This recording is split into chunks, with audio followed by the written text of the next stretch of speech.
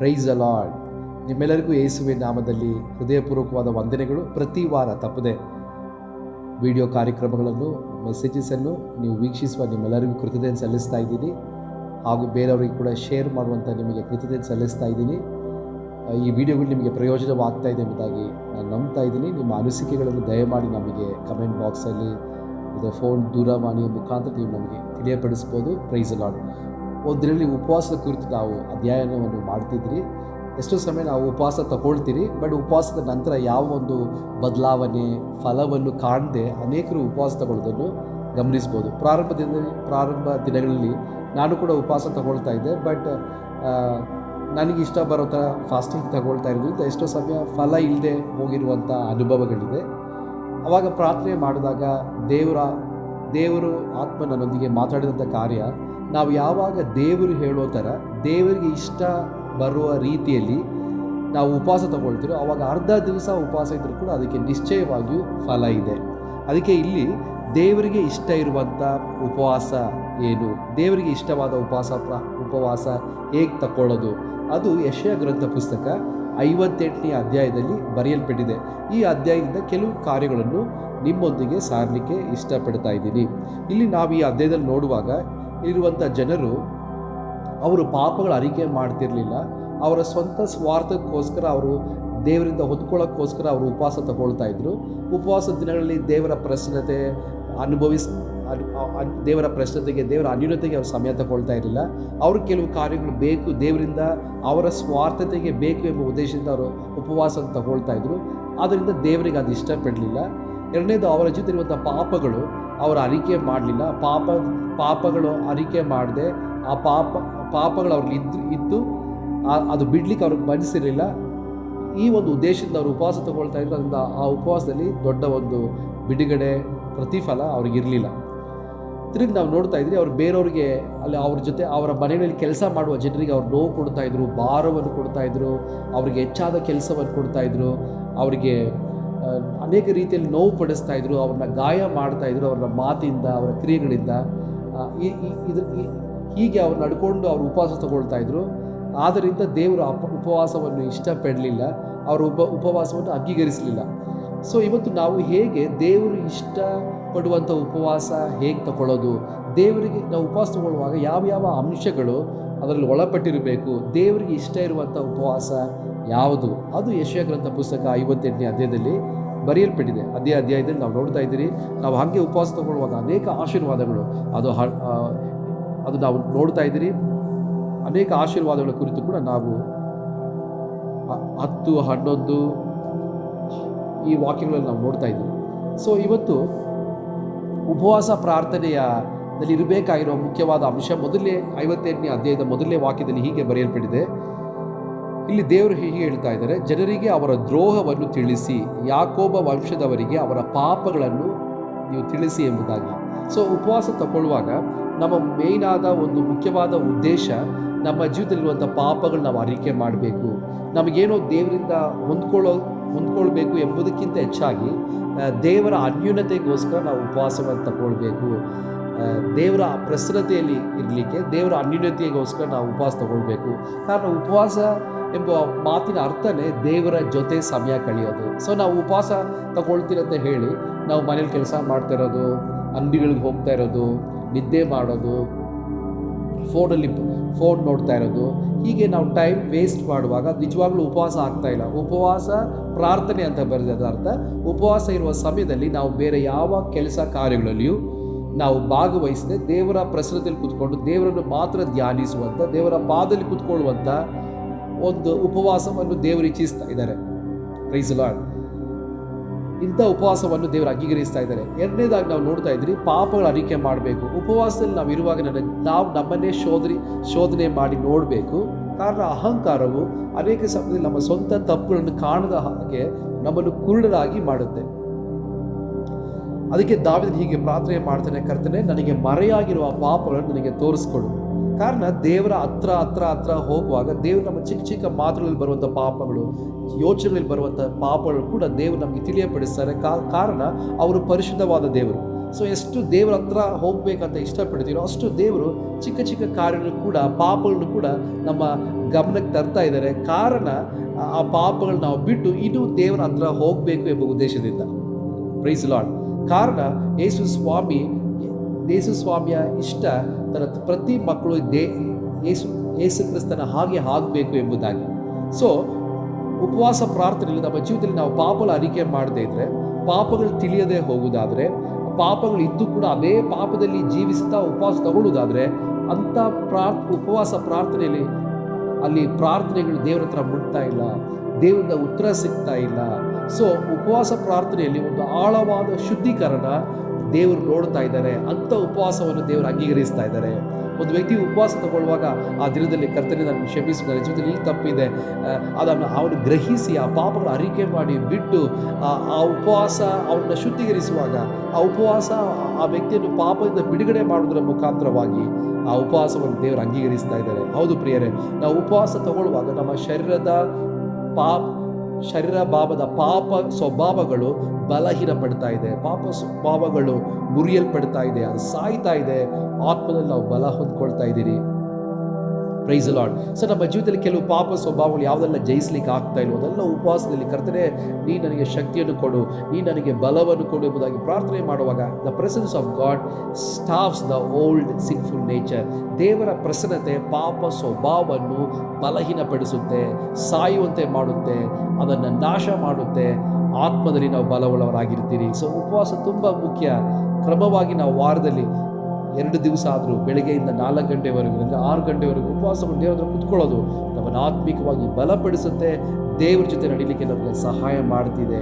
Price the Lord. ದೇವರು ನಮ್ಮ ಜೀವಿತದಲ್ಲಿ ದೇವರು ನಮ್ಮ ಜೊತೆ ಇರುವಾಗ ನಮ್ಮ ಜೊತೆ ತಪ್ಪುಗಳಿದ್ದರೂ ಕೂಡ ಹೋಗ್ತಾ ಅದರಿಂದ ನಮ್ಮನ್ನು ಶುದ್ಧೀಕರಿಸ್ತಾ ಇದ್ದಾರೆ. ಕಾರಣ ಆತನ ಉದ್ದೇಶ ನಾವು ಜಯಶಾಲಿಗಳಾಗಬೇಕು ಎಂಬುದಾಗಿ. Praise the lord, praise lord.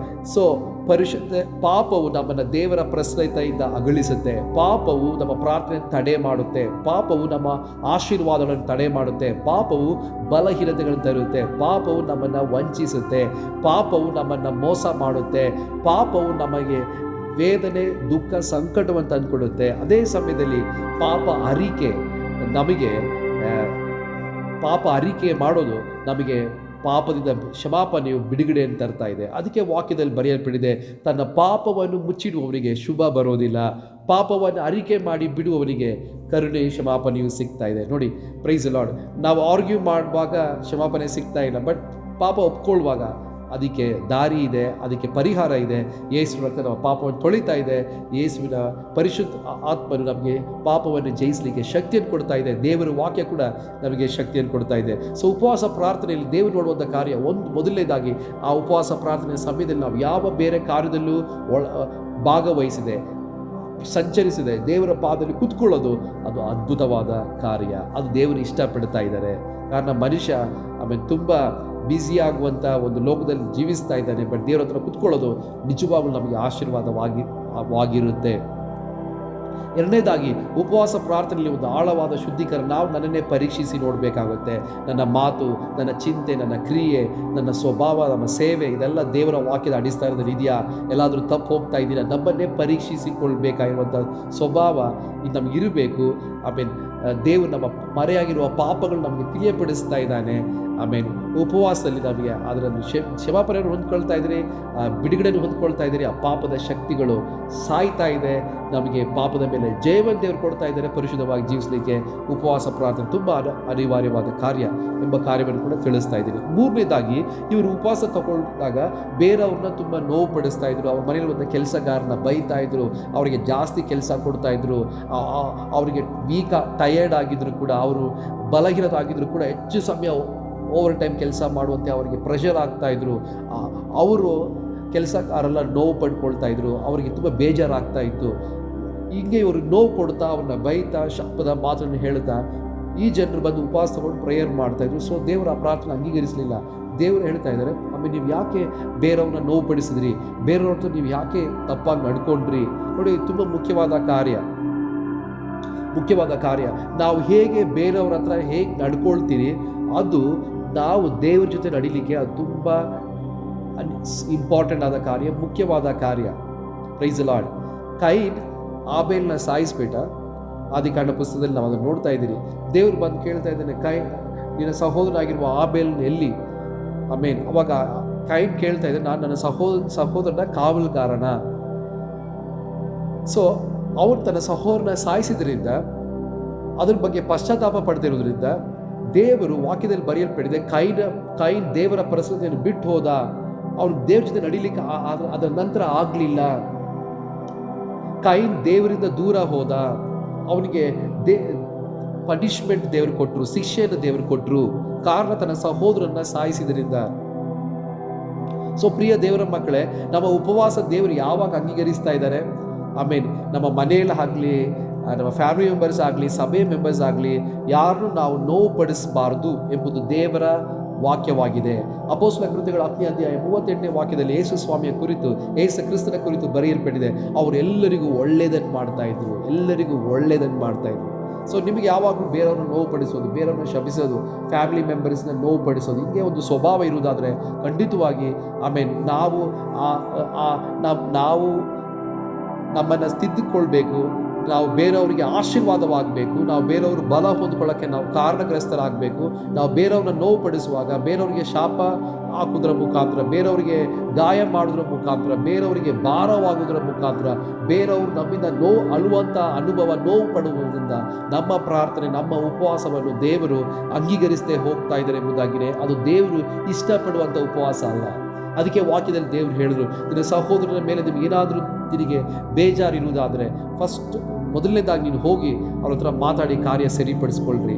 ನೋಡಿ, ವಾಕ್ಯ ಸ್ಪಷ್ಟವಾಗಿ ಹೇಳ್ತಾ ಇದೆ, ನಮಗೆ ಮನೆಯಲ್ಲಿ, ಗಂಡ ಹೆಂಡತಿಯ ಮಧ್ಯದಲ್ಲಿ, ಮಕ್ಕಳ ಮಧ್ಯದಲ್ಲಿ, ಸಭೆಯಲ್ಲಿ ಏನಾದರೂ ಒಂದು ವಿಷಯ ನಮಗೆ ಬೇಜಾರಾದರೆ, ದುಃಖವಾದರೆ, ನಾವು ವಾಕ್ಯ ಹೇಳ್ತಾ ಇದೆ, ಸೂರ್ಯ ಮುಳುಗೋದಕ್ಕಿಂತ ಮುಂಚೆ ನಾವು ಅದನ್ನು ಮಾತಾಡಿ ಸರಿಪಡಿಸ್ಕೊಳ್ಬೇಕು ಎಂಬುದಾಗಿದೆ ವಾಕ್ಯದಲ್ಲಿ ಬರೆಯಲ್ಪಟ್ಟಿದೆ.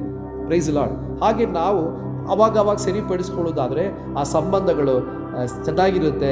ಆ ಸಂಬಂಧಗಳನ್ನು ದೇವರು ಆಶೀರ್ವದಿಸ್ತಾರೆ. ನಾವು ಕ್ಷಮಾಪಣೆಯನ್ನು ಕೇಳಬೇಕು. ಮೊದಲನೇದಾಗಿ ಯಾರು ಕ್ಷಮಾಪಣೆಯನ್ನು ಕೇಳ್ತಾರೋ ಖಂಡಿತವಾಗಿ ದೇವರು ಅವ್ರನ್ನ ಹೆಚ್ಚಾಗಿ ಆಶೀರ್ವದಿಸ್ತಾರೆ. ಕಾರಣ ಕ್ಷಮಿಸಬೇಕೆಂಬುದು ದೇವರ ಆಜ್ಞೆ ಆಗಿದೆ, ದೇವರ ಕಟ್ಟಲೆ ಆಗಿದೆ. ಪ್ರಿಯ ದೇವರ ಮಕ್ಕಳೇ, ಪ್ರೈಸ್ ಲಾರ್ಡ್. ಸೊ ಯಾವಾಗಲೂ ಬೇರೆಯವ್ರನ್ನ ನೋವುಪಡಿಸುವಂಥ ಸ್ವಭಾವ, ಆಮೇಲೆ ನಮ್ಮ ನೋವುಪಡಿಸಿ ನಾವು ತಗೊಳ್ಳುವಂಥ ಉಪವಾಸ ಪ್ರಾರ್ಥನೆ, ಅದು ದೇವರು ಮೆಚ್ಚಿಸ್ತಾ ಇಲ್ಲ ಎಂಬುದಾಗಿಯೇ ಈ ವಾಕ್ಯದಲ್ಲಿ ತುಂಬ ಸ್ಪಷ್ಟವಾಗಿ ಬರೆಯಲ್ಪಟ್ಟಿದೆ.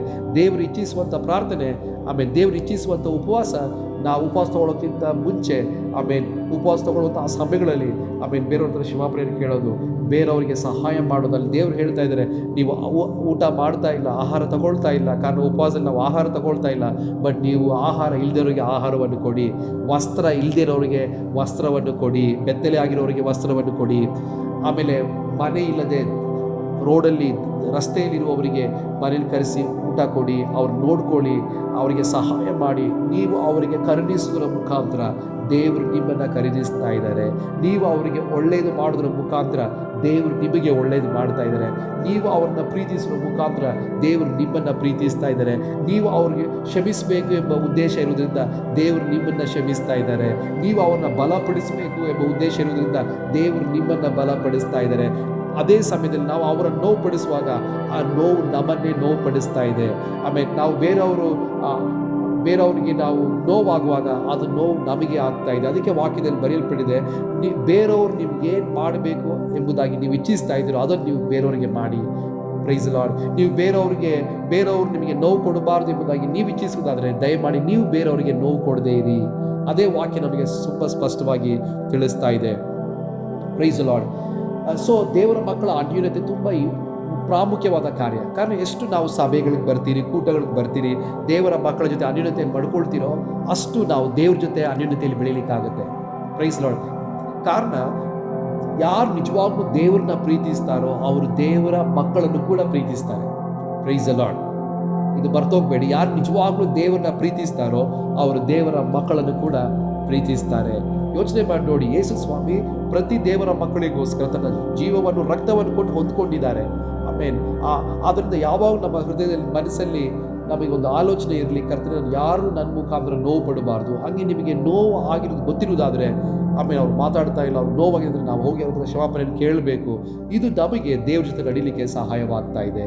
Praise lord. ಕೈ ನೋಡಿ, ಆ ಬೇಲನ ಬಗ್ಗೆ ಅವನು ಏನು ಗಮನ ಇರಲಿಲ್ಲ, ಸಾಯಿಸಬೇಡ. ಬಟ್ ಅದರ ನಂತರ ಕೈನ್ಗೆ ದೇವ್ರ ಜೊತೆ ನಡೀಲಿಕ್ಕೆ ಆಗಲಿಲ್ಲ, ದೇವರ ಪ್ರಶ್ನೆಯಿಂದ ಹೊರಟೋದ, ಅವನು ಶಾಪಗ್ರಸ್ತನಾಗಿದ್ದ, ದೇವರ ಶಿಕ್ಷೆಗೆ ಒಳಪಟ್ಟ ಕಾರಣ ತನ್ನ ಸಹೋದರನ ಕುರಿತು ಅವನು ತಪ್ಪಾಗಿ ನಡ್ಕೊಂಡಿದ್ದರಿಂದ. ಆದ್ದರಿಂದ ಪ್ರಿಯ ದೇವರ ಮಕ್ಕಳೇ, ಯಾರೂ ಪೂರ್ಣರಲ್ಲ, ಯಾರೂ ಪರ್ಫೆಕ್ಟ್ ಅಲ್ಲ, ಬಟ್ ದೇವ್ರ ಜೊತೆ ನಡೆಯುವಾಗ ನಮ್ಮನ್ನು ಪೂರ್ಣತೆಗೆ ಆತನ ಕರ್ಕೊಂಡು ಹೋಗ್ತಾನೆ. ಸೊ ಈ ಒಂದು ಕಾರ್ಯ ಮರ್ತೋಗ್ಬೇಡಿ. ಆಮೇಲೆ ಯಾವಾಗಲೂ ನನ್ನ ಮುಖಾಂತರ ಬೇರೆಯವ್ರಿಗೆ ನೋವಾಗಬಾರ್ದು, ಅದು ಮನೆಯಿಂದನೇ ಆರಂಭಿಸಲಿ. Price lord. ಇದು ನಮ್ಮ ಪ್ರಾರ್ಥನೆ ಆಗಿರಬೇಕು. Praise lord. ಹಲ್ಲೆಲೂಯಾ. ಬೇರೆಯವ್ರು ನಮ್ಮ ಒಳ್ಳೆಯ ಸ್ವಭಾವ ನಿಜವಾಗ್ಲೂ ಪರಿಶುದ್ಧ ಆತ್ಮ ನಮ್ಮ ಒಳಗಡೆ ಇದ್ದಾರೆ ಎಂಬುದಾಗಿ ತಿಳಿಯಪಡಿಸ್ತಾ ಇದೆ. ಕಾರಣ ಆತ್ಮನ ಫಲಗಳು ನಮ್ಮಲ್ಲಿ ಕಂಡು ಬರ್ತಾ ಇರುತ್ತೆ. Price the lord. ಹಲ್ಲೆಲೂಯಾ. ಕೆಲವ್ರನ್ನ ತಿದ್ದುವಾಗ ಕೂಡ ದೇವರ ಆತ್ಮನ ಹೇಳ್ತಾ ಇದ್ದಾರೆ, ಪ್ರೀತಿಯಿಂದ ತಿದ್ದಿ. ಕೆಲವರು ತಿದ್ದಬೇಕಾಗುತ್ತೆ ನಿಜವಾಗ್ಲೂ. ಆಮೇಲೆ ಪ್ರೈಸ್ ಲಾರ್ಡ್. ಅದು ಕೂಡ ದೇವರ ಆತ್ಮನ ಹೇಳ್ತಾ ಇದ್ದಾರೆ, ನೀವು ಪ್ರೀತಿಯಿಂದ ಅವ್ರನ್ನ ತಿದ್ದಿ. ಕಾರಣ ದೇವರು ನಾವು ತಪ್ಪು ಮಾಡುವಾಗ ಕೂಡ ಅವ್ರು ನಮ್ಮನ್ನ ಪ್ರೀತಿಯಿಂದ ತಿದ್ತಾ ಇದ್ದಾರೆ. ನಮ್ಮ ಬಗ್ಗೆ ಅವರು ತುಂಬ ಸಹಿಷ್ಣುತೆ ಉಳ್ಳವರಾಗಿದ್ದಾರೆ, ಪೇಷನ್ಸ್ ಉಳ್ಳವರಾಗಿದ್ದಾರೆ ಎಂಬ ಕಾರ್ಯ. Price lord. ಸೊ ಸಂಬಂಧಗಳು ಸುಮಾರು ತುಂಬ ಇಂಪಾರ್ಟೆಂಟ್, ಮುಖ್ಯ ಎಂಬುದಾಗಿ ವಾಕ್ಯ ಹೇಳ್ತಾ ಇದೆ. ಹೆಬ್ರೆಯ ಪುಸ್ತಕದಲ್ಲಿ ನಾವು ನೋಡ್ತಾ ಇದ್ದೀವಿ, ಆಗುವಷ್ಟು ಎಲ್ಲರ ಹತ್ರ ಸಮಾಧಾನವಾಗಿರಿ, ಈ ರೀತಿಯಲ್ಲಿ ನೀವು ಪರಿಶುದ್ಧತೆಯನ್ನು ಹೊಂದ್ಕೊಳ್ತಾ ಇದ್ದೀರಾ. ಸಮಾಧಾನ ಮಾಡೋರು ಧನ್ಯರು, ಅವರ ದೇವರ ಮಕ್ಕಳು ಎಂಬುದಾಗಿ ಕರೆಯಲ್ಪಡ್ತಾರೆ. ಸೊ ಒಂದು ವ್ಯಕ್ತಿ ಮಾಡುವಂಥ ಸೇವೆ, ಆಮೇಲೆ ಆತ್ಮನ ಸೇವೆಗಳಕ್ಕಿಂತ ಅವನ ಸ್ವಭಾವದಲ್ಲಿ ಅವನು ನಿಜವಾಗ್ಲೂ ಒಳ್ಳೆಯ ವ್ಯಕ್ತಿನ ಕೆಟ್ಟ ವ್ಯಕ್ತಿನ ಎಂಬುದಾಗಿ ಕಂಡುಹಿಡಿಲಿಕ್ಕೆ ಆಗುತ್ತೆ. ಕಾರಣ ವಾಕ್ಯ ಹೇಳುತ್ತೆ, ಆಮೇಲೆ ಒಳ್ಳೆಯ ಮರ ಒಳ್ಳೆಯ ಫಲವನ್ನು ಕೊಡುತ್ತೆ. Price lord. ಸೊ ಆಮೇಲೆ ಕೆಟ್ಟ ಮರ ಕೆಟ್ಟ ಫಲವನ್ನು ತಂದು ಕೊಡುತ್ತೆ. ಆದ್ದರಿಂದ ಕೆಲವು ಸಮಯ ತುಂಬ ಕಠಿಣವಾದ ಸಮಸ್ಯೆಗಳು ಜನ ಇರ್ತಾರೆ, ಅದು ಕೂಡ ಅವ್ರಿಗೋಸ್ಕರ ಪ್ರಾರ್ಥನೆ ಮಾಡಬೇಕು. ದೇವರ ಹತ್ರ ಅವರ ವಿಷಯಗಳನ್ನು ನಾವು ದೇವರ ಹತ್ರ ಕೊಡ್ಬೋದು, ಬಟ್ ಆಗುವಷ್ಟು ಎಲ್ಲರ ಹತ್ರ ಸಮಾಧಾನವಾಗಿರಬೇಕು. ಹೀಗೆ ನಾವು ಬೇರೆಯವ್ರನ್ನ ನೋವುಪಡಿಸದೆ ಬೇರೆಯವರಿಗೆ ಆಶೀರ್ವಾದವಾಗಿರುವಾಗ ನಂತರ ನಾವು ಮಾಡುವಂಥ ಪ್ರಾರ್ಥನೆ, ನಾವು ಮಾಡುವಂಥ ಉಪವಾಸ ದೇವರಿಗೆ ಇಷ್ಟ ಇರುವಂಥ ಉಪವಾಸ ಪ್ರಾರ್ಥನೆ ಆಗಿದೆ. ಅದನ್ನು ದೇವರು ಅಂಗೀಕರಿಸ್ತಾ ಇದ್ದಾರೆ, ಅದಕ್ಕೆ ಪ್ರತಿಫಲವನ್ನು ಕೊಡ್ತಾ ಇದ್ದಾರೆ. ಸೊ ಈ 3 ಕಾರ್ಯಗಳು ಮರ್ತೋಗ್ಬೇಡಿ. ಉಪವಾಸದಲ್ಲಿ ಇರಬೇಕಾದ ಕಾರ್ಯ ಒಂದು, ಉಪವಾಸ ಸಮಯದಲ್ಲಿ ನಾವು ಸಮಯ ವ್ಯರ್ಥಪಡಿಸಬಾರ್ದು. ಆ ಕಡೆ ಈ ಕಡೆ ಹೋಗೋದು, ಕೆಲಸಕ್ಕೆ ಇಲ್ಲ. ಉಪವಾಸ ದೇವ್ರ ಹತ್ರನೇ ಕೂತ್ಕೊಳ್ಳುವಂಥ ಸಮಯ, ಪ್ರಾರ್ಥನೆ ಮಾಡುವ ಹಾಗೂ ವಾಕ್ಯ ಓದುವಂಥ ಸಮಯ, ಆಮೇಲೆ ದೇವ್ರ ಜೊತೆ ದೇವರ ಅನ್ಯೋನ್ಯತೆಯಲ್ಲಿ ಸಮಯ ಕಳೆಯುವಂಥ ಅನುಭವ ಆಗಿದೆ.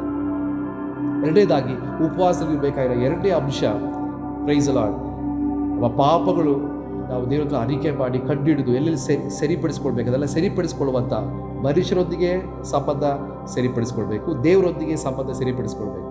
ಎರಡು ರೀತಿಯಲ್ಲಿ ಕೂಡ ದೇವರ ಹತ್ರ ಸಂಬಂಧಗಳು ಸರಿಪಡಿಸ್ಕೊಳ್ಬೇಕಾಗ ಮನುಷ್ಯರ ಸಂಬಂಧಗಳು ಕೂಡ ಸರಿಯಾಗುತ್ತೆ. ಈ ರೀತಿಯಲ್ಲಿ ಉಪವಾಸ ತಗೊಳ್ಳುವಾಗ ಪ್ರತಿ ಉಪವಾಸದಲ್ಲಿ ದೇವರು ನಮ್ಮೊಂದಿಗೆ ಮಾತಾಡ್ತಾರೆ, ಅದರ ಅಭಿಷೇಕವನ್ನು ಕಳಿಸ್ತಾರೆ. ನಷ್ಟವಾಗಿ ನಾವು ಹೊಂದ್ಕೊಳ್ತೀರಿ ಅಂಥ ಉಪವಾಸದಲ್ಲಿ ನಿಶ್ಚಯವಾಗಿ ಪ್ರತಿಫಲ ಇದೆ. ನಿಮಗೆ ಈ ಮೆಸೇಜ್ ಆಶೀರ್ವಾದವಾಗಿರುತ್ತೆ. ದಯಮಾಡಿ ನಿಮ್ಮ ಫ್ಯಾಮಿಲಿಯಿಂದಲೇ ಆರಂಭಿಸಿ. ಹಲ್ಲೆಲೂಯಾ. ಯಾರನ್ನೂ ಕೂಡ ನೋವು ಪಡಿಸುವಂಥ ಹೃದಯ ನಿಮ್ಮಲ್ಲಿ ಇರಲಿ. ಆಮೇಲೆ ಅದು ನಿಮ್ಮನ್ನು ನಿಶ್ಚಯವಾಗಿಯೂ ನಿಮ್ಮ ಉಪವಾಸಕ್ಕೆ ಪ್ರತಿಫಲವನ್ನು ತಂದುಕೊಡುತ್ತೆ. ಸೊ ದೇವರಿ ವಾಕ್ಯದ ಮುಖಾಂತರ ನಿಮ್ಮನ್ನು ಆಶೀರ್ವದಿಸಲಿ. ನಾವು ಪ್ರಾರ್ಥನೆ ಮಾಡೋಣ. Price lord. ಕರ್ತನಾಗಿರುವ ಯೇಸು ಸ್ವಾಮಿ, ಇವತ್ತಿನ ಸಂದೇಶದ ಮುಖಾಂತರ ನಮ್ಮ ಹತ್ರ ಮಾತಾಡಿದ್ದಕ್ಕಾಗಿ ಸ್ತೋತ್ರ. ನಾವು ಉಪವಾಸ ತಗೊಳ್ಳುವಾಗ ಆ ಉಪವಾಸ ತಗೊಳ್ಳುವಂಥ ಸಮಯವೆಲ್ಲ ನಿನ್ನ ಪಾದಲ್ಲೇ ಕೂತ್ಕೊಳ್ಳಿಕ್ಕೆ, ನಿನ್ನ ಅನ್ಯೋನ್ಯತೆಯಲ್ಲಿ ಸಮಯ ಕಳೀಲಿಕ್ಕೆ, ನಿನ್ನ ಬಗ್ಗೆ ತಿಳ್ಕೊಳ್ಳೋಕ್ಕೆ, ನಿನ್ನ ವಾಕ್ಯದ ಓದಲಿಕ್ಕೆ, ನಿನ್ನ ಪಾದದಲ್ಲಿ ಕೂತ್ಕೊಳ್ಳೋಕ್ಕೆ ಅಂಥ ಉಪವಾಸ ನೀನು ಇಚ್ಛಿಸ್ತಾ ಇದೆಯಾ ದೇವರೇ? ಹಾಗೆ ಸಮಯ ತಗೊಳ್ಳೋಕ್ಕೆ ನಮಗೆ ಸಹಾಯ ಮಾಡಿ. ಎರಡನೇದಾಗಿ ಉಪವಾಸದ ಸಮಯದಲ್ಲಿ ಕರ್ತನೆ ಮರೆಯಾಗಿರುವ ನಮ್ಮ ಎಲ್ಲ ಪಾಪಗಳನ್ನು, ನಮ್ಮನ್ನು ಹಾಳು ಮಾಡುವ, ನಮ್ಮ ಆಶೀರ್ವಾದಗಳನ್ನು ತಡೆ ಮಾಡುವಂಥ ಪಾಪಗಳು ನಮಗೆ ತೋರಿಸ್ಕೊಡಿ. ಈ ಪಾಪಗಳ ಅರಿಕೆ ಮಾಡಿ ಬಿಟ್ಟು ಈ ಪಾಪದ ಮೇಲೆ ಜಯ ಹೊಂದಿಕೊಳ್ಳೋಕ್ಕೆ ಒಬ್ಬೊಬ್ಬರಿಗೂ ಕೃಪೆಯನ್ನು, ಬಲವನ್ನು, ಶಕ್ತಿಯನ್ನು ನೀಡು ಎಂಬುದಾಗಿ ನಾವು ಪ್ರಾರ್ಥನೆ ಮಾಡ್ತೇವೆ. ಮೂರನೇದಾಗಿ ಕರ್ತನೆ ನಮ್ಮಿಂದ ಯಾರು ನೋವಾಗದೇ ಇರುವ ರೀತಿಯಲ್ಲಿ, ನೋವು ಆದರೂ ಕೂಡ ನಾವು ಅವ್ರ ಹತ್ರ ಕ್ಷಮಾಪಣೆ ಕೇಳುವಂಥ ಮನೋಭಾವ ನಮಗೆ ಕೊಡಿ ಕರ್ತನೆ. ಎಲ್ಲರ ಹತ್ರ ಸಮಾಧಾನವಾಗಿ ಅದಕ್ಕೆ ಕೃಪೆಯನ್ನು ಕೊಡು ಕರ್ತನೆ. ಯಾರನ್ನು ನೋವು ಪಡಿಸಿರುವುದಾದ್ರೆ ನಮ್ಮನ್ನು ಕ್ಷಮಿಸು ಕರ್ತನೆ. ಎಲ್ಲರನ್ನೂ ನಾವು ನೋವು ಪಡಿಸಿದ ವ್ಯಕ್ತಿಗಳೆಲ್ಲ ಕ್ಷಮಿಸಿ ನಂತರ ಪ್ರಾರ್ಥನೆ ಮಾಡಿ ಉಪವಾಸ ತಗೊಳ್ಳಿಕ್ಕೂ ನಮಗೆ ಕೃಪೆಯನ್ನು ನೀಡು. ನಿನಗೆ ಇಷ್ಟ ಇರುವಂಥ, ನೀನು ಇಷ್ಟಪಡುವಂಥ ಉಪವಾಸ ಇದಾಗಿದೆ ಎಂಬುದಾಗಿ ನೀನು ವಾಕ್ಯದಲ್ಲಿ ನಮ್ಮೊಂದಿಗೆ ಮಾತಾಡಿದ್ಯಾ. ಇದು ನಮ್ಮ ಜೀವಿತದಲ್ಲಿ ನಾವು ಪ್ರಾಕ್ಟೀಸ್ ಮಾಡಲಿಕ್ಕೆ, ಅನುಸರಿಸಲಿಕ್ಕೆ ನಮಗೆ ಕೃಪೆಯನ್ನು ನೀಡು. ಈ ಸಂದೇಶ ಕೇಳುವ ಪ್ರತಿಯೊಬ್ಬರನ್ನು ಕೂಡ ಆಶೀರ್ವದಿಸು. ಪ್ರಾರ್ಥನೆ ದೇವರು ಕೇಳಿದಕ್ಕಾಗಿ ಸ್ತೋತ್ರ. ಯೇಸು ಕ್ರಿಸ್ತನ ಪರಿಶುದ್ಧ ನಾಮದಲ್ಲಿ ತಂದೆ, ಆಮೇನ್. ದೇವರು ಇಷ್ಟಪಡುವಂಥ ಉಪವಾಸಕ್ಕೆ ಬೇಕಾಗಿರುವ ಕೆಲವು ಕಾರ್ಯಗಳು, 3 ಅಂಶಗಳು ನಿಮ್ಮೊಂದಿಗೆ ಸಾರಿದ್ದೀನಿ. ನಿಮಗೆ ಆಶೀರ್ವಾದವಾಗಿರುತ್ತೆ ಅಂತ ನಂಬ್ತಾ ಇದ್ದೀನಿ. ನಿಮ್ಮ ಕಮೆಂಟ್ಸನ್ನು ತಿಳಿಸಿ, ಆಮೇಲೆ ಬೇರೆಯವ್ರಿಗೂ ಶೇರ್ ಮಾಡಿ. ದೇವರು ನಿಮ್ಮನ್ನು ಆಶೀರ್ವದಿಸಲಿ. ಆಮೇನ್. God bless you.